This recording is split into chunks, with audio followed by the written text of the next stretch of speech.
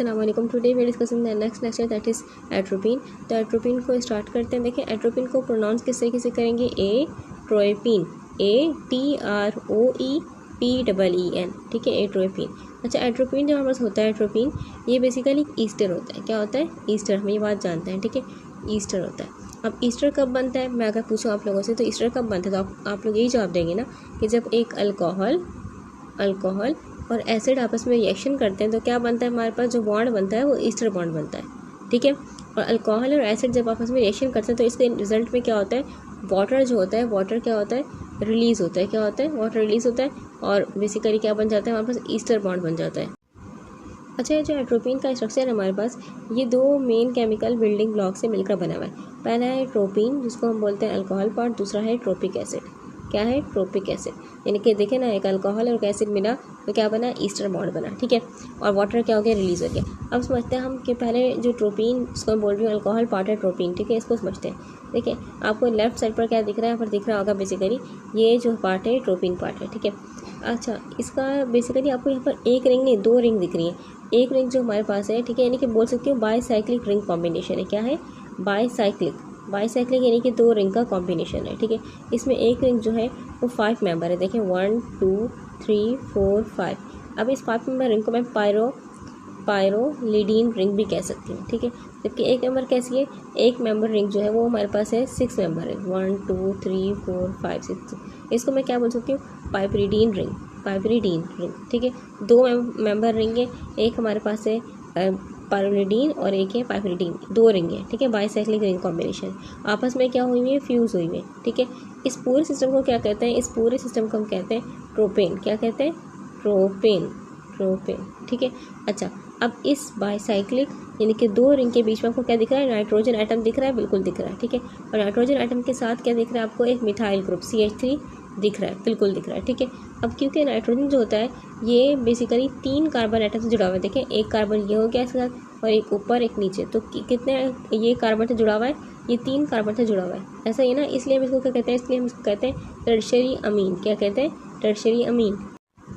अब यहाँ देखें जो प्रोटीन का स्ट्रक्चर है ना, इसके इस कार्बन के साथ क्या होगा, बेसिकली हाइड्रोक्सिल ग्रुप होगा, यानी कि OH दो होंगे ना, क्योंकि हम अल्कोहल की बात करें तो अल्कोहल में क्या होता है, OH होता है ना, ठीक है। लेकिन जब ये इसने क्या क्या बॉन्ड बनाया किसके साथ, एसिड के साथ, तो क्या कर दिया, तो अपना जो H था वो दे दिया, ठीक है। H था वो, यानी कि जब पानी बना तो उसमें चला गया, ठीक है। अच्छा, अब बचा क्या, O, तो आपको O दिख रहा है, ठीक है, तो समझ गए होंगे वो, ठीक है। अब आगे देखिए हमारे पास जो ये हिस्सा है बेसिकली पूरा ये क्या कहलाता है, ट्रोपिक एसिड। क्या कहलाता है? ट्रोपिक एसिड, ठीक है। इसको हम बेसिकली अरोमेटिक एसिड भी बोल सकते हैं, ठीक है। अच्छा, इसका जो नाम होता है बेसिकली 3 हाइड्रोक्सी 2 फिनाइल, देखिए 1 2 3 हाइड्रोक्सी, ठीक है, 2 फिनाइल प्रोपेनोइक एसिड। यहाँ 2 का कौन अटैच्ड है, चेन अटैच्ड है ना, ये सॉरी रिंग अटैच्ड है, ठीक है। तो अच्छा, इसको ट्रोपिक एसिड क्यों कह रहे हैं, देखिए इसका नाम जो है बेसिकली इसके सोर्स प्रोपेन अल्कलाइड के नाम पर रखा गया। जब एट्रोपिन को हाइड्रोलाइसिस किया गया, ब्रेक डाउन किया गया, तो ये स्पेसिफिक एसिड जो है ये हासिल हुआ, ठीक है। इसलिए ऑर्गेनिक केमिस्ट्री में इस एसिड का नाम क्या रखा गया, इस कॉमन नाम रखा गया ट्रोपिक एसिड, ठीक। अच्छा, अब यहाँ रिंग देखिए, ये रिंग कितने मेंबर रिंग है, 1 2 3 4 5, 1 2 3 4 5 6, ठीक है। अच्छा, बेसिकली यहाँ पर क्या है, 6 कार्बन की एरोमेटिक रिंग है। ये जो रिंग होती है ये हाईली क्या है, हाईली नॉन पोलर है एंड ये हाइड्रोफोबिक है, यानी कि बेसिकली बोल सकते हैं लिपोफिलिक है, ठीक है, यानी कि फैट को पसंद करती है, फैट सेल्यूबल है।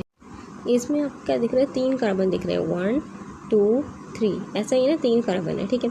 3 कार्बन की बेसिकली हम बोल सकते हैं चेन है, ठीक है। कार्बन 1 जो है इस पर आपको क्या दिख रहा है, आपको दिख रहा है बेसिकली कार्बोक्सिलिक एसिड, यानी कि C डबल बॉन्ड OH, ठीक है। लेकिन एक H यहाँ से निकला था उसका बेसिकली अल्कोहल का, ठीक है, और एक OH यहाँ से, ठीक है। तो क्या बन गया, वाटर रिलीज हो गया, ठीक है। तो बेसिकली क्या बचा, इसके पास CO बचा, जो आपको दिख रहा है CO, ठीक है। और एक O जिसका ट्रोपिन का था ये रहा, ठीक है। तो आई थिंक अब क्लियर हो रहा होगा, ठीक है। तो बेसिकली क्या बन गया, ये ईस्टर्न लिंकेज बन गया, क्या बन गया, ईस्टर्न लिंकेज बन गया, ठीक है। कार्बन 2 पे आपको क्या दिख रहा है, कार्बन 2 पे आपको दिख रहा है बेसिकली एक दिख रहा है ये फिनाइल ग्रुप है, ठीक है, एक फिनाइल ग्रुप अटैच्ड है, ठीक है। और कार्बन 3 पे क्या दिख रहा है, कार्बन 3 पे आपको दिख रहा है एक बेसिकली एक हाइड्रोक्सी मिथाइल ग्रुप दिख रहा है, हाइड्रोक्सी OH, क्योंकि इसलिए बोल रहे हैं हाइड्रोक्सी और मिथाइल ग्रुप, ठीक है।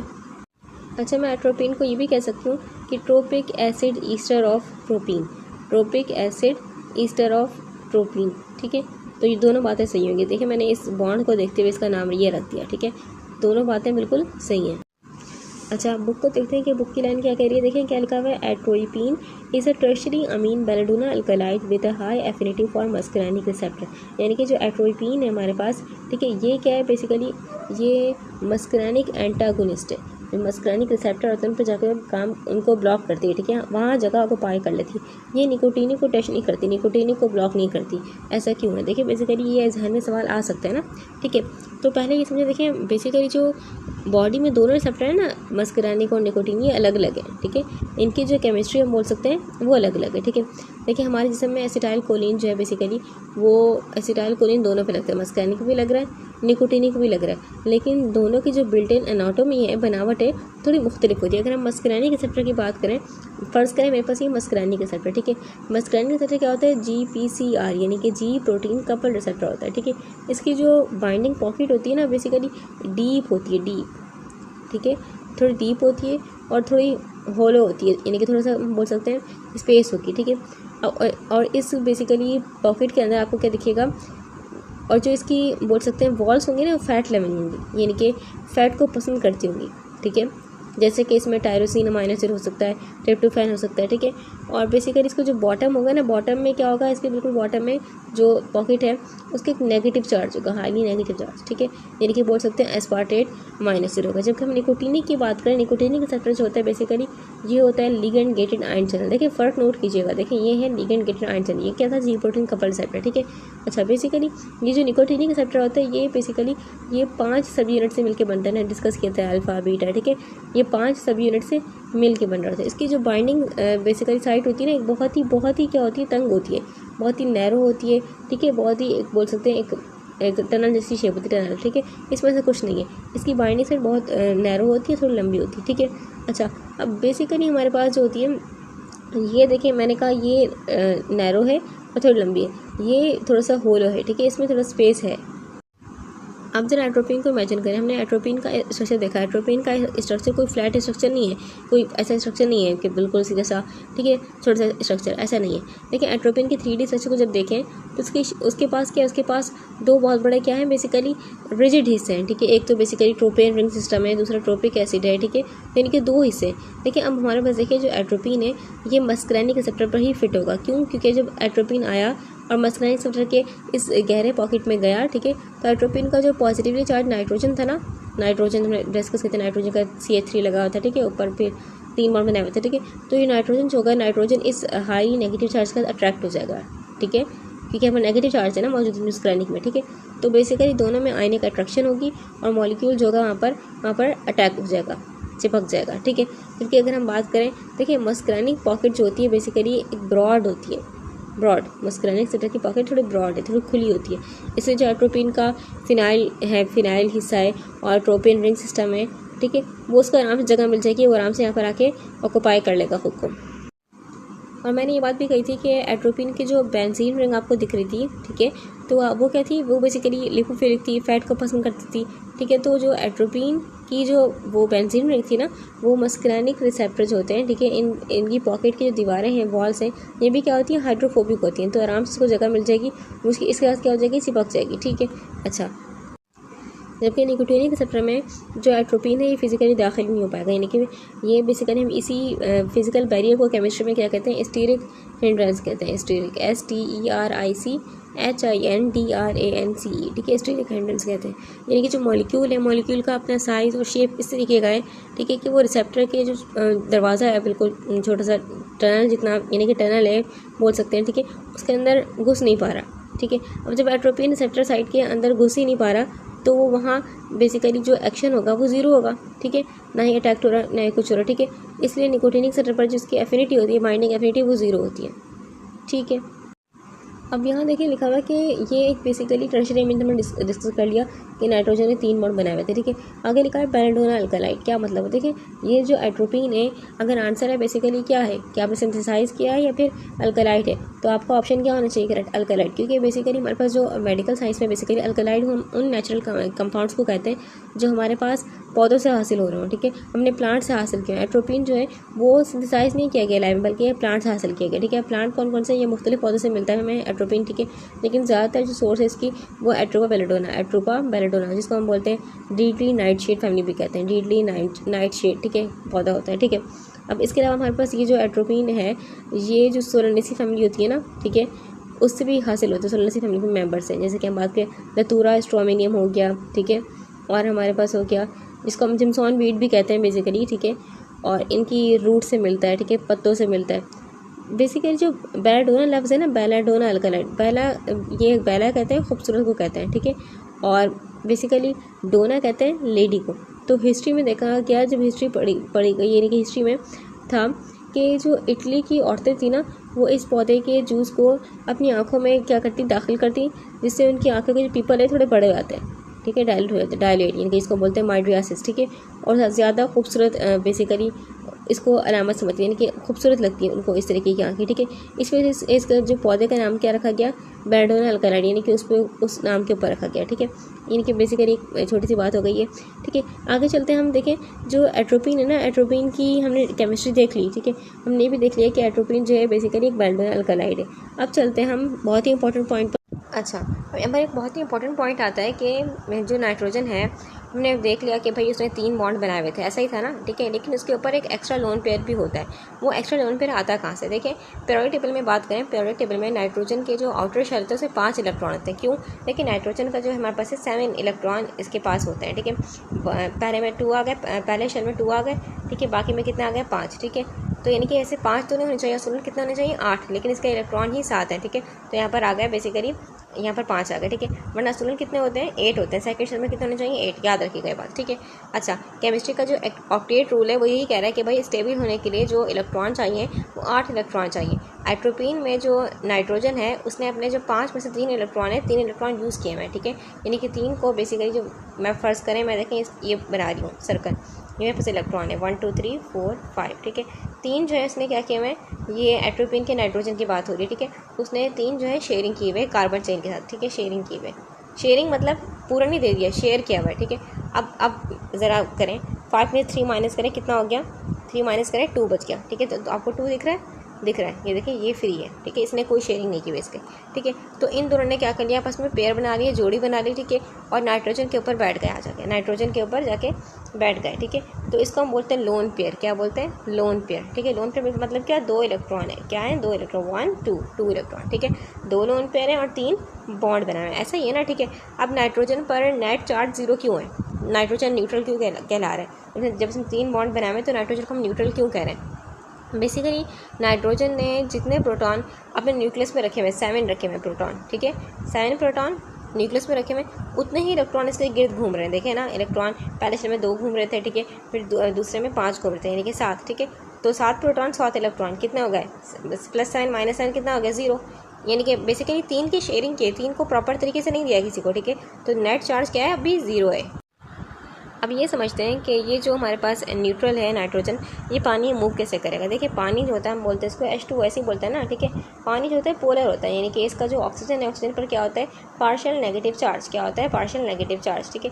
जबकि हाइड्रोजन पर क्या होता है? पार्शियल पॉजिटिव चार्ज, ठीक है।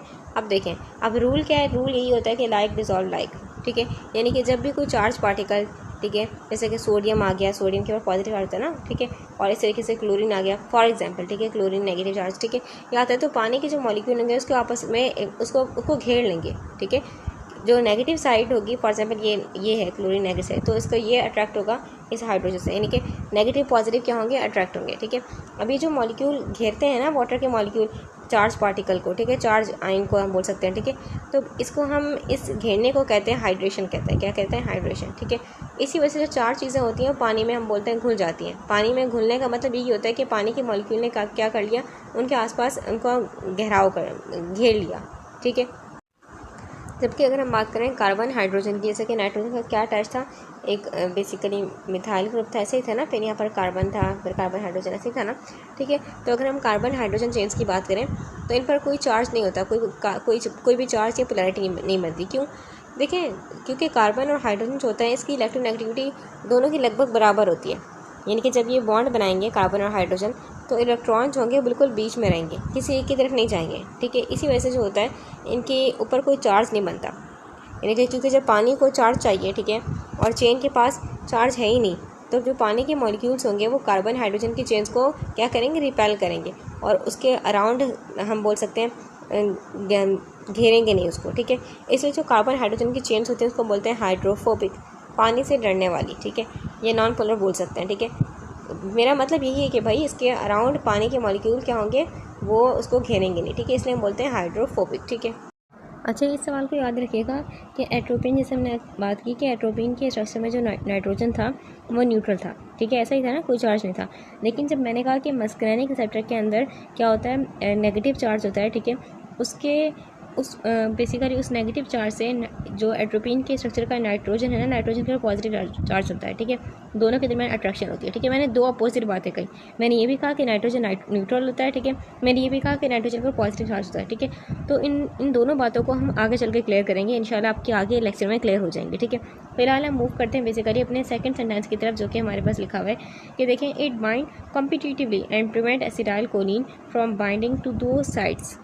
यानी कि इसका मतलब ये हुआ कि एट्रोपिन और एसिटाइल कोलिन के दरमियान क्या होगी, रेस होगी। ये मस्करैनिक रिसेप्टर यहाँ पर एट्रोपिन भी बैठने की कोशिश कर रहे हैं, मस्करैनिक रिसेप्टर एट्रोपिन बैठने की कोशिश कर रहे हैं, एसिटाइल कोलिन भी बैठने की कोशिश कर रहे हैं, ठीक है। तो एट्रोपिन जब बैठ जाएगी जगह ऑक्युपाई कर लेगी, ठीक है। लेकिन अगर हम क्या करें, एसिटाइल कोलिन की क्वांटिटी को बढ़ा देंगे तो एट्रोपिन को वहाँ से ये एसिटाइल कोलिन डिस्प्लेस कर सकती है, ठीक है। इसलिए हम बोल रहे हैं बेसिकली कॉम्पिटिटिव एंटागोनिस्ट, एक सीट पर बैठने के लिए दोनों चीज़ें लड़ रही हैं, ठीक है।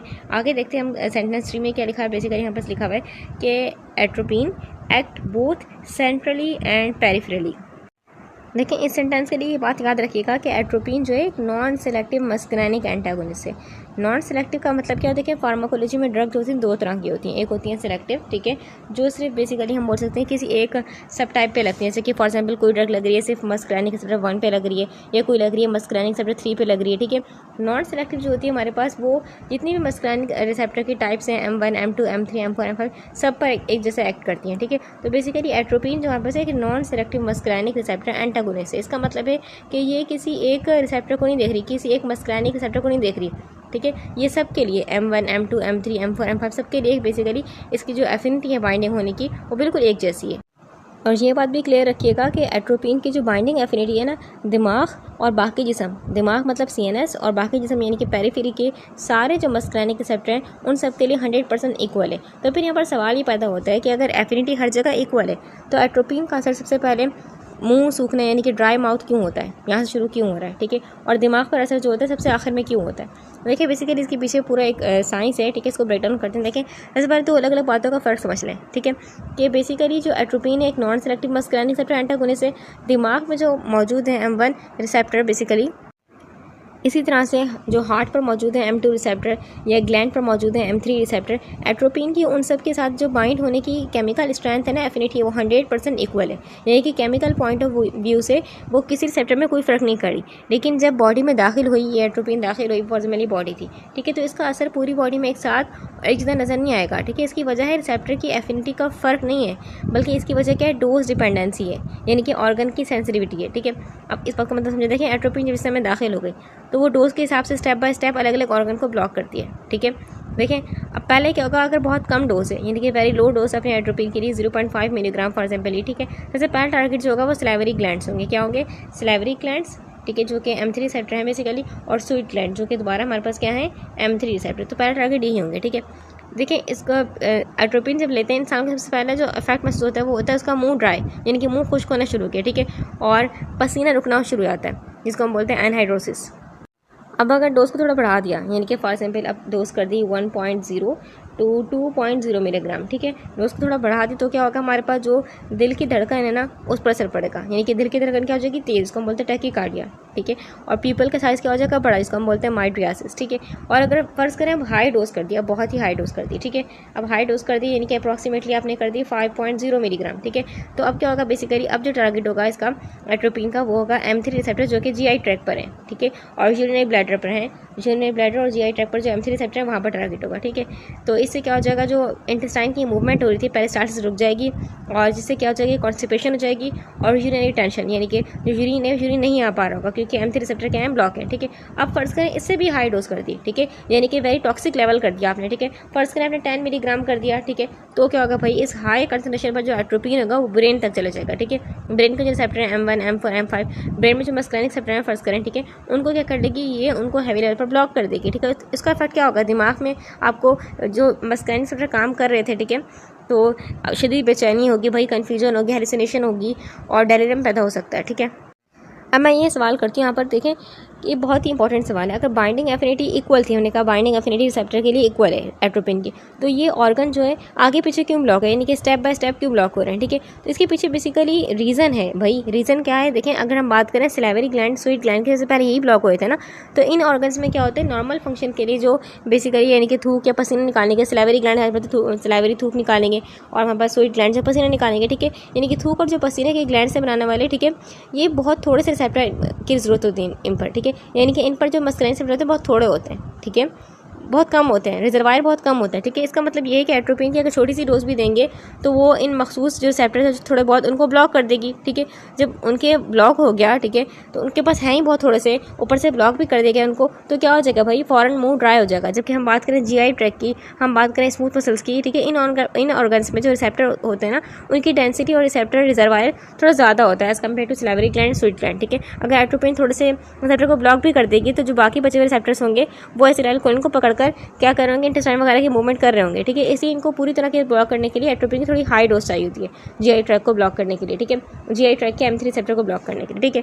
देखें हर ऑर्गन पर ना हर वक्त पैरासिम्पैथेटिक सिस्टम का एक जैसा कंट्रोल या बेसलाइन नहीं होता, ठीक है। अगर हम बात करें सिलेवरी ग्लैंड्स की और बेसिकली हार्ट रेट की, ठीक है, इन ऑर्गन्स पर क्या होता है, जो पैरासिम्पैथेटिक सिस्टम होता है ना उसको कंटिन्यूस और हाई टोन होता है, ठीक है। आप देखें पैरासिम्पैथेटिक सिस्टम देखें अब सुकून वाली हालत में, ठीक है, तो आपके मुंह में क्या होगी, थूक होगी, मुंह खुश तो नहीं होगा ना, ठीक है, यानी कि बेसिकली पैरासिम्पैथेटिक सिस्टम का क्या होता है, हाई टोन होता है, ठीक है।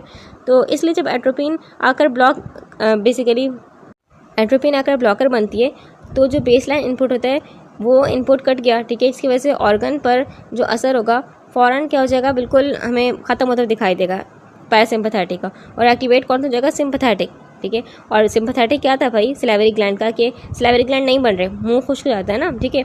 सिम्पैथेटिक सिस्टम में मुंह खुश्क, ठीक है। पैरासिम्पैथेटिक में हमारा मुंह उसमें स्लाइवा बन रहा होता है, ठीक है, सिलेवरी ग्लैंड स्लाइवा बना रहे होते हैं, ठीक है। जब हमने पैरासिम्पैथेटिक को ही रोक दिया तो सिस्टम कौन सा डोमिनेट हो जाएगा भाई, सिम्पैथेटिक सिस्टम। जबकि अगर हम ब्लड वेसल की बात करें, खून की नालियों की फर्ज करें या खून की नाली, ठीक है, अब यहाँ पर जो पैरासिम्पैथेटिक कंट्रोल होता है वो बहुत ही कम होता है या ना होने के बराबर होता है, ठीक है। इसलिए अगर ब्लॉक भी कर देता है इसको, ठीक है, तो यहाँ पर आपको कोई ख़ास फ़र्क नज़र नहीं आएगा, ठीक है, क्योंकि वैसे भी यहाँ पर जो डोमिनेट होता है खून की वेसल पर कौन सा होता है, सिम्पैथेटिक, यानी कि उनकी एक नेचुरल टोन होती है ना, खून की वेसल हल्की सी कॉन्स्ट्रिक्ट होनी चाहिए, ठीक है, हम बात जानते हैं। ये बात भी क्लियर रखिएगा कि जो एक्सोक्राइन ग्लैंड्स होता है ना और हार्ट होता है, इन ऑर्गन्स में क्या होता है, खून का फ्लो बहुत तेज़ होता है, ज़्यादा होता है, ठीक है। यानी कि एट्रोपिन का आपने इंजेक्शन लगाया या फिर ओरल रूट के ज़रिए दिया तो जिस समय जैसे ही दाखिल होगी ये मुंह को तो फ़ौरन इसने कर दिया, ड्राई कर दिया, सिलेवरी और स्वीट ग्लैंड पे तो फ़ौरन असर दिखा दिया, ठीक है। फिर जैसे ही जाएगी ना तो ये बेसिकली, क्योंकि मैंने कहा खून का फ्लो हार्ट की तरफ ज़्यादा है, ठीक है, तो हार्ट पर असर डालेगी, ठीक है, एक्सोक्राइन ग्लैंड पर असर डालेगी, ठीक है। तो ये बात आपको क्लियर हो रही है, ठीक है। अब क्योंकि जो ब्रेन है, ब्रेन के गिर्द क्या होता है, ब्लड ब्रेन बैरियर होता है ना, ब्लड ब्रेन बैरियर जिसको हम बोलते हैं BBB, ठीक है। तो एट्रोपिन को उसको पेनिट्रेट करना, इसके अंदर दाखिल होना है, ठीक है, और ब्रेन टिश्यू के अंदर दाखिल होना है, ठीक है, थोड़ा इसमें टाइम लगता है, ठीक है। बेसिकली इसके अलावा भी हमारे पास जो बात करें CNS के रिसेप्टर होते हैं ना, उनको फुली ब्लॉक करने के लिए क्या चाहिए, उनको फुली ब्लॉक करने के लिए खून में एट्रोपिन की थोड़ी बेसिकली हायर सिस्टम में कंसंट्रेशन चाहिए, यानी कि ज़्यादा डोज चाहिए, ठीक है। अगली बात यहाँ पर लिखी हुई है कि it's general action last about 4 hours except when place topically in the I but the action में लास्ट 4 days। यानी कि जब एट्रोपिन को आपने इंजेक्शन के ज़रिए बॉडी में लिया या फिर टैबलेट के ज़रिए जिसे हमने दाखिल किया, तो इसका जो असर होगा, सिस्टमिक ड्यूरेशन होगा, वो सिर्फ 4 घंटे तक फॉर एग्जाम्पल रहेगा, ठीक है। ऐसा ही होता है 4-5 घंटे, ठीक है। लेकिन जब इसे आपने आँख में यानी कि टॉपिकली इंजेक्ट किया, ठीक है, टॉपिकली आँख में इसके ड्रॉप्स डाले, तो इसका असर जो होता है 7 से 14 डेज तक रहेगा, यानी कि काफ़ी लंबा टाइम रहेगा। ऐसा क्यों होता है भाई? अब यहाँ पहले उस सवाल को क्लियर करते फिर हम आगे चलते हैं, ठीक है, क्योंकि उस सवाल का लिंक यहाँ पर इस सेंटेंस से बन रहा है, ठीक है।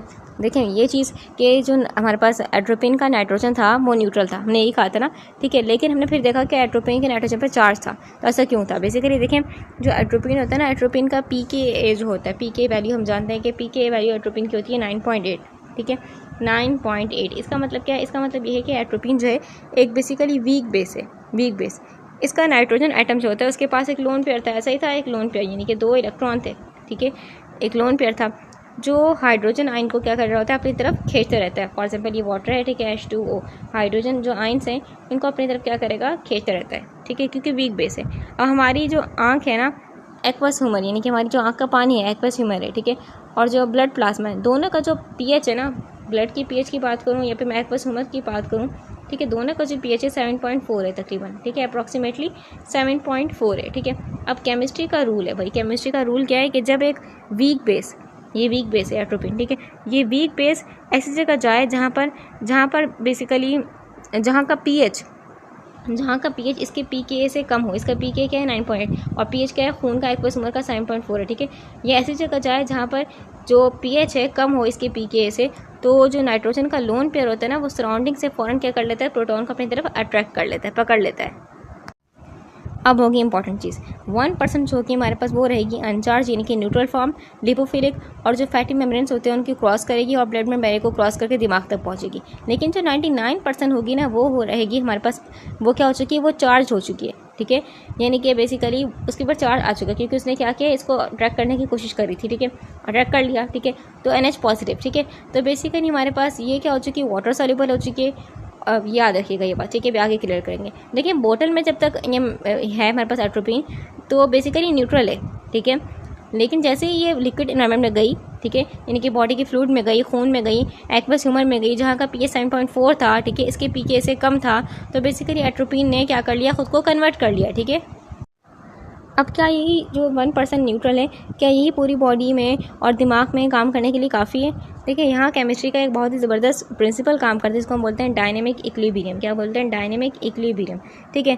यानी कि जैसे फ़र्ज़ करें हमारे पास जो 1% न्यूट्रल एट्रोपिन थी ना, ठीक है, वो सेल मेम्ब्रेन को क्रॉस करके या ब्लड ब्रेन बैरियर को क्रॉस करके चली गई, ठीक है, ठीक है। फिर उसके बाद क्या हुआ, फ़ौरन ही जैसे ये 1% न्यूट्रल फॉर्म जो थी टिश्यू के अंदर घुसी, खून में पीछे जो बची हुई 99% चार्ज थी ना, वो फ़ौरन से क्या करेगी, अपना प्रोटॉन छोड़ देगी, ठीक है, छोड़कर अगला 1% क्या हो जाएगा, दोबारा न्यूट्रल फॉर्म बन जाएगा, ठीक है। तो इस तरीके से होता रहेगा, ठीक है, यानी कि ये प्रोसेस कंटिन्यूस होता रहेगा, ठीक है, फ्रैक्शंस ऑफ सेकंड में कंटिन्यूस चलता रहेगा। जैसे दवाई जो होगी बिना रुके आहिस्ता आहिस्ता मेम्ब्रेन्स को पेनिट्रेट करती रहेगी।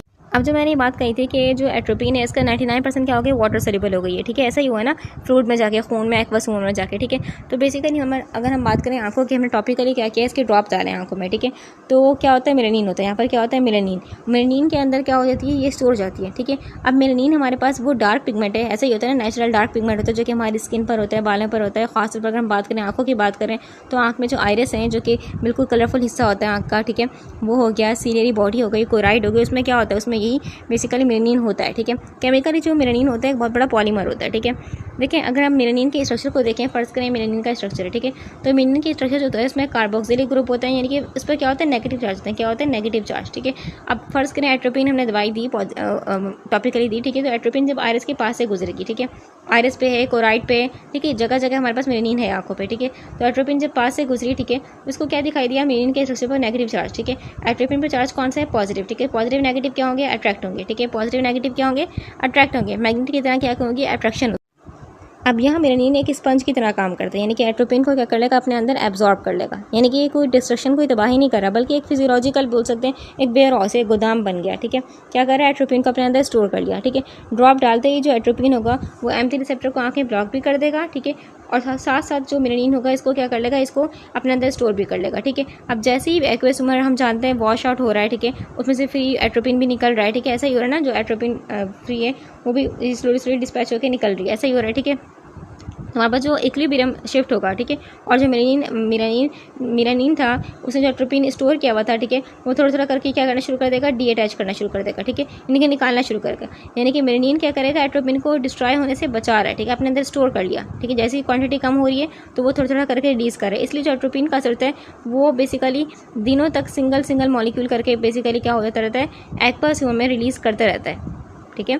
बहुत दिन हो जाता है, बहुत दिन हो गया, ठीक है। ये स्लोली एक मॉलिक्यूल को क्या कर रहा है, एक्वस में क्या कर रहा है, बेसिकली हम बोल सकते हैं डिसॉर्प्शन कर रहा है, ठीक है। जो एब्जॉर्ब किया था उसको बाहर निकाल रहा है, ठीक है। इसीलिए इसका असर जो होता है वो काफ़ी लंबे टाइम के लिए रहता है आँख में, ठीक है। लेकिन अगर हम बात करें, हमने इसको ओरली लिया, ठीक है, तो लीवर के पास क्या होता है, जब ज़ाहिर बात है लीवर से गुजरेगी तो लीवर के पास क्या होता है, हैवी ईस्टर स्प्लिटिंग एंजाइम होता है। खासतौर पर अगर हम बात करें हेपेटिक कार्बोक्सिल ईस्टरेसिस एंजाइम होता है, ठीक है। और सीडोकोलिनेस्टीरेसिस एंजाइम भी होते हैं। यानी कि जो एट्रोपिन है ना, ये केमिकली एक ईस्टर लिंकेज रखती है। हमने देखा है इसका केमिकली क्या है, ईस्टर बॉन्ड बन रहा है, ठीक है। इसलिए जो लीवर एंजाइम्स होते हैं ना, बेसिकली इसके ईस्टर बॉन्ड को तोड़ेंगे, अट्रैक्ट करेंगे, जिससे क्या हो जाएगा, ट्रोपिन और ट्रोपिक एसिड, इनके अल्कोहल और एसिड वाला पार्ट क्या हो जाएगा, अलग हो जाएगा, ठीक है। और क्या हो जाएगा, बेसिकली इनएक्टिव हो गया, ठीक है। यानी कि एट्रोपिन का बहुत बड़ा हिस्सा फर्स्ट पास मेटाबॉलिज्म में क्या हो गया, लीवर से गुजरा, लीवर से गुजरकर ख़त्म हो गया। और बाकी जो था हिस्सा वो प्लाज्मा, यानी कि जो खून का लिक्विड हिस्सा है प्लाज्मा, उसमें भी क्या होता है, ईस्टरेसिस यानी कि एंजाइम होते हैं जो कि ईस्टर को तोड़ते हैं, ईस्टर बॉन्ड को, ठीक है। तो वो फ़ौरन से क्या करेंगे, डिस्ट्रॉय कर देंगे, ठीक है। यानी कि उसमें हार्स लगते हैं कुछ घंटे। जो प्लाज्मा में एंजाइम है ईस्टरेसिस, वो फ़ौरन से ईस्टर बॉन्ड को तोड़ देते हैं, ठीक है। इसलिए जो सिस्टमिक डोज है, यानी कि जो मुंह के जरिए दी गई डोज या फिर आईवी के जरिए, ठीक है, इसको जो हाफ लाइफ होता है शॉर्ट होता है, ठीक है। तकरीबन जो असर रहेगा 4 घंटे तक रहेगा। लेकिन आँख में जो बेसिकली एंजाइम है ईस्टरेसिस एंजाइम ना होने के बराबर है, ठीक है। जिसमें हर जगह एंजाइम्स हैं लेकिन क्वांटिटी अलग अलग होती है, किसी जगह कुछ हैं, कितने हैं, किसी जगह कितने हैं, ठीक है। क्योंकि दोनों का पर्पज़ भी भाई अलग अलग है। देखें, लीवर की बात करें तो लीवर जो है जिस्म की डिटॉक्सिफिकेशन फैक्ट्री है, उसको केमिकल को तोड़ना होता है। इसलिए यहाँ पर एंजाइम्स, टर्न ऑफ एंजाइम्स हैं भाई, बहुत सारे एंजाइम है। लेकिन अगर हम आई की बात करें तो आँख का मकसद क्या होता है, आँख का प्राइमरी फंक्शन क्या है, विजन, यानी कि रोशनी को बेसिकली पास करना। लाइट पेनिट्रेशन के लिए जो कॉर्निया होता है और एक्वस ह्यूमर होता है उसको बिल्कुल 100% ट्रांसपेरेंट होना चाहिए, यानी कि रहना पड़ता है, ठीक है। अगर यहाँ पर क्या होता, हैवी मेटाबॉलिक प्रोटीन्स होते हैं, एंजाइम्स होते हैं, तो टिश्यू की ट्रांसपेरेंसी क्या होती है, ख़राब हो जाती है। इस वजह से जो ओक्यूलर टिश्यू होता है ना, जो आँख के टिश्यूज़ हैं, उनमें ईस्टरेसिस एंजाइम जो होता है उनकी कंसंट्रेशन नेग्लिजिबल होती है, नहीं होती, ठीक है।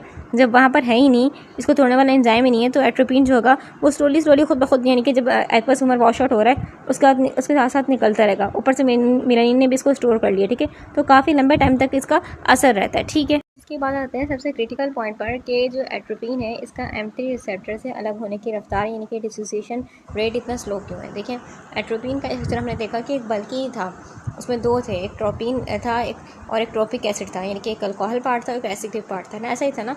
बेसिकली जब ये आइरिस के स्फिंक्टर, अगर हम बात करें, हम आँख की बात करें ना, लोकली हमने बॉडी में हमने लोकली इसके ड्रॉप्स आ रहे हैं, ठीक है। तो अगर हम बात करें आइरिस के जो स्फिंक्टर पिपिलाई मसल्स हैं, ठीक है, और हम बात करें सीरियल मसल्स की, तो इन पर क्या होता है, M3 रिसेप्टर होते हैं, ऐसा ही होता है ना, ठीक है, M3 रिसेप्टर, ठीक है। तो इनकी जो पॉकेट है, उनकी पॉकेट में एट्रोपिन आके फिट हुआ, ठीक है। इसका नाइट्रोजन जो होगा, बेसिकली एट्रोपिन का नाइट्रोजन जो होगा इन रिसेप्टर के साथ आयनिक बॉन्ड बनाएगा, आयनिक, ठीक है, आयनिक बॉन्ड। जबकि बेसिकली जो एट्रोपिन की स्ट्रक्चर में बेंजीन रिंग देखी थी आप लोगों ने, बिल्कुल देखी थी, ठीक है। तो बेंजीन रिंग जो होगी वो रिसेप्टर की जो दीवारें हैं, मस्कुलिनिक रिसेप्टर की दीवारें, हमने कहा हाइड्रोफोबिक है, और बेंजीन रिंग भी क्या थी, हाइड्रोफोबिक। दोनों के दरमियान क्या होगी, अट्रैक्शन होगी, ठीक है। और बेसिकली हमारे पास बोल सकते हैं स्ट्रॉन्ग हाइड्रोफोबिक अट्रैक्शन होगी, स्ट्रॉन्ग हाइड्रोफोबिक इंटरेक्शन होगा, ठीक है। आप देखिए हमारे पास 2 तरीके से ये अटैच्ड हुई है, एक आयनिक बॉन्ड के जरिए और एक स्ट्रॉन्ग हाइड्रोफोबिक इंटरेक्शन है, ठीक है। तो बेसिकली ये चीज़ क्या करेगी, इसको रिसेप्टर के अंदर टाइटली लॉक कर देगी, ठीक है। इस लॉक को तोड़ने के जो एनर्जी बैरियर होता है ना, बहुत हाई होता है, इसलिए डिसोसिएशन रेट जो होता है वो सुपर स्लो होता है, काफ़ी स्लो होगा, ठीक है।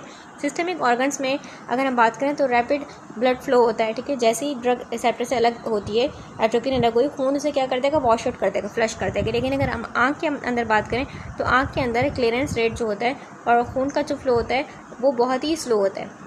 ऊपर से मेलानिन ने रिजर्वायर के तौर पर काम कर रहा है, उसने एट्रोपिन को स्टोर भी करके रखा हुआ है, ठीक है। वो कंटिन्यूसली फ्रेश एट्रोपिन को रिलीज़ कर रहा होता है। अगर एट्रोपिन का एक मॉलिक्यूल, फॉर एग्जांपल यहाँ पर एट्रोपिन का एक मॉलिक्यूल था लगा हुआ था रिसेप्टर से, अलग भी हुआ, ठीक है, तो लोकल एरिया में, आँख के एरिया में इसकी एट्रोपिन की हाई कंसंट्रेशन, इसकी वजह से क्या होगा, वो फ़ौरन यही फ़ौरन वापस यहाँ पर आके लग जाएगा, या फिर कोई और एट्रोपिन का मॉलिक्यूल फ़ौरन आके इस जगह को ऑक्युपाई कर लेगा, ठीक है। यानी कि रीबाइंडिंग इफेक्ट जो होता है बहुत ही फास्ट होता है।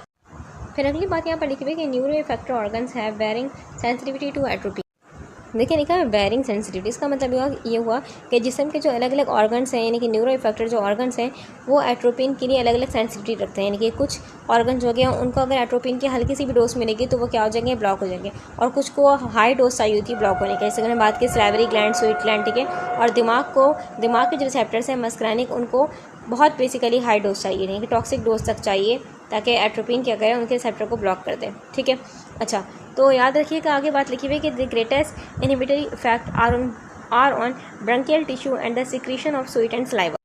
अब यहाँ पर कुछ एग्जाम्पल दी गई हैं, जैसे कि बात की गई है कि ब्रंकियल टिश्यू हम जानते हैं जो सांस की नालियाँ होती हैं। ठीक है, सांस की नाली में जो बलगम फ्लूइड बन रहा होता है वो क्या हो जाएगा, सूख जाएगा, यानी कि सांस की नालियाँ डायलेट हो जाएंगी, खुल जाएंगी। ठीक है, इस तरीके से हम बात करें स्वीट ग्लैंड्स की। ठीक है, तो जो पसीने वाले ग्लैंड्स तो ब्लॉक हो जाएंगे, यानी कि पसीना आ नहीं रहा, पसीना आना रुक गया। ठीक है, जिससे बॉडी टेम्परेचर क्या हो जाएगा, बढ़ सकता है। ठीक है, इस तरीके से हम बात करें सलाइवा की, जो थूक बन रही होती है वो ड्राई, मुंह बिल्कुल खुश्क हो गया। ठीक है, थूक नहीं बन रही। ठीक है, तो अगर कम डोज हो बहुत ही एट्रोपिन की, सबसे पहले 3 इफेक्ट आपको लास्ट में दिखेंगे। एक मुंह खुश्क हो गया, ड्राई माउथ हो गया, पसीना आना रुक गया, और सांस की नालियाँ क्या हो गई, खुल गई।